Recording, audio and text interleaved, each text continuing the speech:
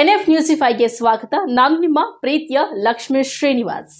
ಕೋಲಾರ ಜಿಲ್ಲೆಯ ಮಾಲೂರು ತಾಲೂಕಿನ ಮಾಸ್ತಿ ಹೋಬಳಿಯ ಎಂ ಹೊಸಹಳ್ಳಿ ಗ್ರಾಮದ ರೈತ ಕುಟುಂಬದಿಂದ ನವ ಯುವಕ ಸುಮನ್ ಅವರು ಲೋಕಸಭಾ ಚುನಾವಣಾ ರಂಗಕ್ಕೆ ಸ್ವತಂತ್ರ ಅಭ್ಯರ್ಥಿಯಾಗಿ ಸ್ಪರ್ಧಿಸಲಿದ್ದಾರೆ. ಆ ಕುರಿತು ಪುಟ್ಟ ಮಾಹಿತಿ ಇಲ್ಲಿದೆ. ಎಲ್ರಿಗೂ ನಮಸ್ಕಾರ. ನಾನು ನಿಮ್ಮ ಸುಮನ್.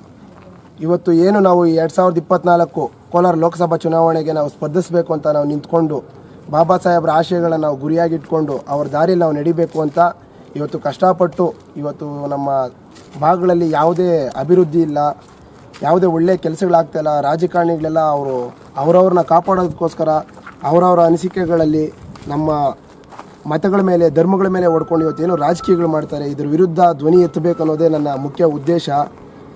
ಅದೇ ರೀತಿ ನಾವು ಈ ಕೋಲಾರ ಭಾಗದಲ್ಲಿ ನೋಡೋದಾದರೆ ಮುಖ್ಯವಾಗಿ ನಮಗೆ ಈ ಕೋಲಾರ ಭಾಗದಲ್ಲಿ ಒಂದು ಒಳ್ಳೆಯ ಸ್ಕೂಲ್ ಫೆಸಿಲಿಟಿ ಇಲ್ಲ, ಕಾಲೇಜ್ ಫೆಸಿಲಿಟಿ ಇಲ್ಲ. 7 ಬಾರಿ ಏನು ನಮ್ಮ ಸಂಸದರು KH ಮುನಿಯಪ್ಪನವರು ಯಾವುದೇ ಕೊಡುಗೆ ನೀಡಿಲ್ಲ ನಮಗೆ. 7 ಬಾರಿ ಸಂಸದರಾದಂಥವರು ನಮ್ಮ ಕೋಲಾರ ಭಾಗಕ್ಕೆ ಏನೂ ಕೊಡುಗೆ ತಂದು ಕೊಟ್ಟಿಲ್ಲ. ಅದೇ ರೀತಿ ನಾವು ಕಳೆದ ಎಲೆಕ್ಷನ್ನ ನೋಡೋದಾದರೆ ಮುನಿಸ್ವಾಮಿರವರು ಏನು ಈ ಎಲೆಕ್ಷನ್ನಲ್ಲಿ ಗೆದ್ದು ಅವರವರ ರಾಜಕೀಯ ಕಷ್ಟಗಳನ್ನು ಅವ್ರು ಹೇಳ್ಕೊತಾ ಇದ್ದಾರೆ. ಆದರೆ ಅವರು ಮಾಡಿರ್ತಕ್ಕಂಥ ಕೆಲಸಗಳು ಕೋಲಾರದಲ್ಲಿ ಏನು ಅಂದರೆ ಧರ್ಮಗಳ ಮೇಲೆ ಹೊಡೆಯೋದು, ಕ್ಲಾಕ್ ಟವರ್, ಈ ವಿಷಯನ ಅವರು ದೊಡ್ಡದು ಮಾಡೋದಕ್ಕೆ ಟ್ರೈ ಮಾಡಿದ್ರೆ ವಿನಃ ಅಲ್ಲಿ ಯಾವುದೇ ರೀತಿ ಗಲಾಟೆ ಆಗದೆ ಸಮಾಧಾನವಾಗಿ ನಮ್ಮ ಮುಸ್ಲಿಂ ಬಾಂಧವರಾಗಿರ್ಬೋದು, ಹಿಂದೂ ಬಾಂಧವರಾಗಿರ್ಬೋದು ಮಾತಾಡಿ ಅವರು ಬಗೆಹರಿಸ್ಬೋದಾಗಿತ್ತು. ಆದರೆ ಅವರು ಅದನ್ನು ಕೂಡ ರಾಜಕೀಯವಾಗಿ ಬಳಸ್ಕೊಂಡು ಅವರು ಅದರಲ್ಲೂ ಆಟ ಆಡಿದ್ರು. ಆದರೆ ಅವರು ನೀಡಿರ್ತಕ್ಕಂಥ ಅಭಿವೃದ್ಧಿ ಮಾತ್ರ 0. ಬೇರೆ ಏನೂ ಅಭಿವೃದ್ಧಿ ಇಲ್ಲ. ಮುಖ್ಯವಾಗಿ ಇವತ್ತು ನಾವು ರೈತರನ್ನ ನೋಡ್ಬೋದು. ಕೋಲಾರ ಭಾಗದಲ್ಲಿ ದೇಶಕ್ಕೆ ಟೊಮೆಟೊ ಸಪ್ಲೈ ಆಗುತ್ತೆ, ನಮ್ಮ ಕೋಲಾರ ಭಾಗದಿಂದ ದೇಶಕ್ಕೆ ಮಾವಿನಕಾಯಿ ಸಪ್ಲೈ ಆಗುತ್ತೆ. ಇನ್ನು KGF ಭಾಗದಲ್ಲಿ ನೋಡೋದು ಇಡೀ ದೇಶಕ್ಕೆ ಚಿನ್ನ ಕೊಟ್ಟಂಥ ನಾಡು ನಮ್ಮದು, ಚಿನ್ನದ ನಾಡು ಕೋಲಾರ. ಆದರೆ ಇವತ್ತು ಆ ಭಾಗದಲ್ಲಿ ಉಳಿದಿರ್ತಕ್ಕಂಥದ್ದು ಬರೀ ಕಪ್ಪು ಮಣ್ಣು. ಅಲ್ಲಿ ಎಷ್ಟೋ ಜನ ಬರೀ ಚಿನ್ನ ತೆಗೆಯೋದಕ್ಕೆ ಮಾತ್ರ ಹೋದರು, ಯಾರೂ ಅಲ್ಲಿರ್ತಕ್ಕಂಥ ಜನಗಳ ಕಷ್ಟ ನೋಡೋದಕ್ಕೆ ಯಾರೂ ಇಲ್ಲ. ಅಲ್ಲಿನ ಭಾಗದಲ್ಲಿ ಇವತ್ತು ನಾವು ನೋಡೋದಾದರೆ ವಿದ್ಯಾಭ್ಯಾಸದ ಬೆಲೆ ಏನು ಅನ್ನೋದು ಎಷ್ಟೋ ಜನಕ್ಕೆ ಗೊತ್ತಾಗ್ತಾ ಇಲ್ಲ. ಯಾಕಂದರೆ ನಮ್ಮ ಮೇಲೆ ಈ ರಾಜಕಾರಣಿಗಳು ಮಾಡ್ತಾ ಇರ್ತಕ್ಕಂಥ ತಪ್ಪು ನಿರ್ಧಾರಗಳು ತೆಗೆದುಕೊಂಡು ನಮ್ಮ ಮೇಲೆ ಏನು ಹೊಡಿತಾ ಇದ್ದಾರೆ, ಇದರಿಂದ ನಮಗೆ ಯಾರಿಗೂ ಒಳ್ಳೇದಾಗ್ತಾ ಇಲ್ಲ. ನಾವು ನಮ್ಮ ಏನಿದು ಕ್ಷೇತ್ರದಲ್ಲಿರ್ತಕ್ಕಂಥ ಜನಗಳ ಆರೋಗ್ಯ ನೋಡ್ಕೊಳಕ್ಕಾಗಲ್ಲ, ಇಲ್ಲಿರ್ತಕ್ಕಂಥ ಮಕ್ಕಳನ್ನು ಇಲ್ಲೇ ಓದಿಸ್ಕೊಳಕ್ಕಾಗಲ್ಲ. ಇವತ್ತು ನೋಡ್ತಾ ಇದ್ದಾರೆ ಎಷ್ಟೋ ಜನ ಅವರ ಅಪ್ಪ ಅಮ್ಮನ ಬಿಟ್ಟು ಬೆಂಗಳೂರಿಗೆ ಹೋಗಿ ಓದ್ತಾ ಇದ್ದಾರೆ. ಇದರಿಂದ ಏನಾಗ್ತಾ ಇದೆ, ಎಷ್ಟೋ ಜನ ರೈತರು ಬೆಂಗಳೂರಲ್ಲಿ ಓದಿಸೋದಕ್ಕೋಸ್ಕರ ಸಾಲ ಮಾಡಿ ಇಲ್ಲಿ ಬಡ್ಡಿ ಮತ್ತೊಂದು ಅಂತ ಅದ್ರ ಕಷ್ಟಗಳನ್ನ ಅನುಭವಿಸಿ ಅವ್ರಿಗೆಷ್ಟೇ ಕಷ್ಟ ಇದ್ದರೂ ಮಕ್ಕಳಿಗೆ ಅದು ಗೊತ್ತಾಗಬಾರ್ದು ಅಂತ ಅವರು ಸಾಲ ಮಾಡಿ ಅವ್ರನ್ನ ಓದಿಸ್ತಾ ಇರ್ತಾರೆ. ಅಲ್ಲ, ನಾವು ಇಷ್ಟು ಜನ ಶಾಸಕರು ಇದ್ದೀರಾ, ಸಂಸದರು 7 ಬಾರಿ ಗೆದ್ದಿದ್ದೀರಾ, ಯಾಕೆ ನೀವು ಒಂದು ಒಳ್ಳೆ ಗೌರ್ಮೆಂಟ್ ಕಾಲೇಜನ್ನ ಕೊಟ್ಟಿಲ್ಲ, ಒಳ್ಳೆ ಗೌರ್ಮೆಂಟ್ ಯೂನಿವರ್ಸಿಟಿನ ಕೊಟ್ಟಿಲ್ಲ, ಯಾಕೆ ಒಳ್ಳೆ ಮಲ್ಟಿ ಸ್ಪೆಷಾಲಿಟಿ ಗೌರ್ಮೆಂಟ್ ಹಾಸ್ಪಿಟಲ್ನ ಕೊಟ್ಟಿಲ್ಲ? ಇವತ್ತು ನೀವು ಪರಿಶಿಷ್ಟ ಜಾತಿ ಪರಿಶಿಷ್ಟ ಪಂಗಡದ ಹಾಸ್ಟೆಲ್ಗಳ ವಿಚಾರ ನೋಡೋದಾದರೆ ಇವತ್ತು ಎಷ್ಟೋ ಜನಕ್ಕೆ ಗೊತ್ತಿಲ್ಲ. ಎಷ್ಟೋ ಜನ ಅನ್ಕೋತಾ ಇರ್ತಾರೆ ರಿಸರ್ವೇಷನ್ ಇದೆ, ತುಂಬ ಒಳ್ಳೊಳ್ಳೆ ಸೌಲಭ್ಯಗಳಿದ್ದಾವೆ ಅಂತ. ದಯವಿಟ್ಟು ಒಂದು ಸಾರಿ ಬಂದು ಗಮನಿಸಿ ಯಾವ ರೀತಿ ಅದನ್ನು ಮೇಂಟೈನ್ ಮಾಡ್ತಾ ಇದ್ದಾರೆ, ಹೇಗಿದೆ ಇದು ಅಂತ.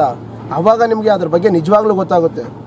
ನಾನು ಇದನ್ನೆಲ್ಲ ಗಮನದಲ್ಲಿ ಇಟ್ಕೊಂಡು ನಾವು ಏನಾದರೂ ಸಮಾಜಕ್ಕೆ ನಾವು ಒಂದು ಕೊಡುಗೆ ಕೊಡಬೇಕು ಅನ್ನೋ ಕಾರಣಕ್ಕೋಸ್ಕರ ಮುಖ್ಯವಾಗಿ ಇದು ರಾಜಕೀಯ ಪ್ರವೇಶ ಮಾಡಿದ್ರೆ ಮಾತ್ರ ಇದು ಸಾಧ್ಯ ಅಂತ ನಾನು ನಮ್ಮ ಎಲ್ಲ ಸ್ನೇಹಿತರಲ್ಲಿ ವಿನಂತಿ ಮಾಡ್ಕೊಳ್ಳೋದೊಂದೇ, ನೀವೆಲ್ಲ ಬಂದು ನನಗೆ ಸಪೋರ್ಟ್ ಮಾಡಬೇಕು. ನಿಮ್ಮ ಬೆಂಬಲ ಸಿಕ್ಕಿದ್ರೆ ಖಂಡಿತ ಈ ಕೋಲಾರ ವಿಧಾನಸಭಾ ಕ್ಷೇತ್ರದಲ್ಲಿ ಏನಾದರೂ ಒಂದು ಅಭಿವೃದ್ಧಿ ಕಾರ್ಯ ಮಾಡಬೇಕು, ಏನಾದರೂ ಸ್ವಲ್ಪ ಆದರೂ ನಮ್ಮ ಕೈಲಾದಷ್ಟು ಚೇಂಜಸ್ನ ತರಬೇಕು ಅನ್ನೋದು ನನ್ನ ಮುಖ್ಯ ಉದ್ದೇಶ. ಈ ಕಾರಣಕ್ಕೋಸ್ಕರ ರಾಜಕೀಯಕ್ಕೆ ಬರಬೇಕು ಅಂತ ಇದೇ ಏಪ್ರಿಲ್ 1ನೇ ತಾರೀಕು ನಾಮಿನೇಷನ್ ಮಾಡೋಣ ಅಂತ ಈಗಾಗಲೇ ನಮ್ಮ ಸ್ನೇಹಿತರ ಜೊತೆ ಮುಖಂಡರುಗಳ ಜೊತೆ ಮಾತಾಡ್ತಾ ಇದ್ದೀವಿ. ಇನ್ನೊಂದು ಮುಖ್ಯವಾಗಿ ನೋಡೋದಾದರೆ ಏನು ಈ ಕಾಂಗ್ರೆಸ್ ಶಾಸಕರುಗಳು, ಈ ಕಾಂಗ್ರೆಸ್ ಸರ್ಕಾರದ ಅಧಿಕಾರಿಗಳು ಏನು ಮಾಡ್ತಾ ಇದ್ದಾರೆ ಅಂದರೆ ನಮ್ಮ ಸಮುದಾಯದ ಮೇಲೆ ಹೊಡಿತಾ ಇದ್ದಾರೆ. ಎಡಗೈ ಬಲಗೈ ಅನ್ನೋದನ್ನು ನಮ್ಮಲ್ಲೇ ತಂದು ನಮ್ಮಲ್ಲೇ ಕಿಚ್ಚನ್ನು ಹಚ್ಚಿ ಅವರು ಮಜಾ ತಗೋತಾ ಇದ್ದಾರೆ. ಯಾವತ್ತೂ ಇಲ್ಲದೆ ಇರ್ತಕ್ಕಂಥ ಈ ಸಮುದಾಯದಲ್ಲಿ ಒಳಜಾತಿ ಗಲಾಟೆಗಳು ಈಗ ಕಾಂಗ್ರೆಸ್ ನಾಯಕರುಗಳು ಎಬ್ಬಿಸ್ತಾ ಇದ್ದಾರೆ. ಇದರಿಂದ ಏನಾಗ್ತಾ ಇದೆ ಅಂದರೆ ನಮ್ಮಲ್ಲೇ ಹೊಡೆದಾಡ್ತಾ ಇದ್ದೀವಿ. ಇವತ್ತು ಒಂದು ಸೀಟ್ನ ಅನೌನ್ಸ್ ಮಾಡೋದಕ್ಕೆ, ಒಂದು ಕ್ಯಾಂಡಿಡೇಟ್ನ ಅನೌನ್ಸ್ ಮಾಡೋದಕ್ಕೆ ಇದುವರೆಗೂ ಕಾಂಗ್ರೆಸ್ ಸರ್ಕಾರದ ಕೈಲಿ ಆಗಿಲ್ಲ. ಯಾಕೆಂದರೆ ಅವರಿಗೆ ರಾಜಕೀಯದ ಅವರವರ ಸಿದ್ಧಾಂತಗಳು ಮುಖ್ಯನೇ ಹೊರತು ಅವರವರ ಪೊಸಿಷನ್ನ ಉಳಿಸ್ಕೊಳ್ಳೋದು ಮುಖ್ಯನೇ ಹೊರತು ಇಲ್ಲಿ ಸಮುದಾಯ ಒಳ್ಳೆಯದಾಗಲಿ ಅನ್ನೋದು ಯಾರಿಗೂ ಅನಿಸ್ತಾ ಇಲ್ಲ. ಇವತ್ತು ನೋಡೋದಾದರೆ ಇವತ್ತೇನು ರಮೇಶ್ ಕುಮಾರ್ ಅವರು ಹೇಳ್ತಾ ಇದ್ದಾರೆ ಬಲಗೈಯವ್ರಿಗೆ ಕೊಡಬೇಕು, ಇನ್ನೂ ಕೆ ಎಚ್ ಮುನಿಯಪ್ಪ ಅವ್ರು ಹೇಳ್ತಾರೆ ನಮ್ಮ ಅಳಿನೂ ಕೊಡಬೇಕು ಅಂತ. ಆದರೆ ಇಲ್ಲಿ 2 ಬಣನ ತರ್ತಾ ಇರೋದು ನೀವು ಮಾತ್ರ, ಇಲ್ಲಿ ಸಮುದಾಯನ ತರ್ತಾ ಇರೋದು ನೀವು ಮಾತ್ರ.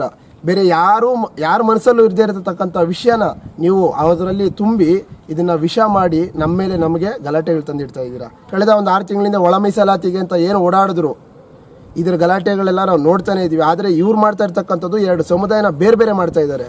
ಇಷ್ಟು ದಿನ ಅಣ್ಣ ತಮ್ಮಂದ್ರ ಥರ ನಾವೆಲ್ಲ ಜೊತೆಲಿ ಓಡಾಡ್ತಾ ಇದ್ದವರು ಎಷ್ಟೋ ಜನ ಇವತ್ತು ನಿಮಗೆ ಆಗಲ್ಲ ಅನ್ನೋ ಥರ ವರ್ತಿಸ್ತಾ ಇದ್ದಾರೆ. ಇದಕ್ಕೆಲ್ಲ ಕಾರಣ ಈ ಕಾಂಗ್ರೆಸ್ ನಾಯಕರುಗಳು. ಇದೇ ಏಪ್ರಿಲ್ 1ನೇ ತಾರೀಕು ಕೋಲಾರ ಲೋಕಸಭಾ ಚುನಾವಣೆಯ ನಾಮಪತ್ರ ಸಲ್ಲಿಕೆ ಮಾಡೋದಕ್ಕೆ ಏಪ್ರಿಲ್ 1ನೇ ತಾರೀಕು ನಾವೆಲ್ಲ ಕೋಲಾರಕ್ಕೆ ಬರ್ತಾ ಇದ್ದೀವಿ. ದಯವಿಟ್ಟು ನೀವೆಲ್ಲ ಬಂದು ನಮಗೆ ಸಪೋರ್ಟ್ ಮಾಡಬೇಕು ಅಂತ ನಿಮ್ಮೆಲ್ಲರಲ್ಲಿ ಕೇಳ್ಕೊತಾ ಇದ್ದೀನಿ.